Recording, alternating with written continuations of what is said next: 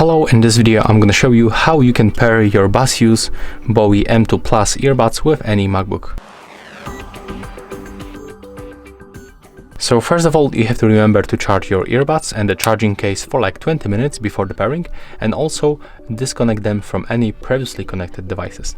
Next, when you do this, you just have to open this charging case, and right now you have to keep that case open, and on your MacBook just go to the system settings, go for Bluetooth, turn it on, and as you can see, our earbuds appears on nearby devices list.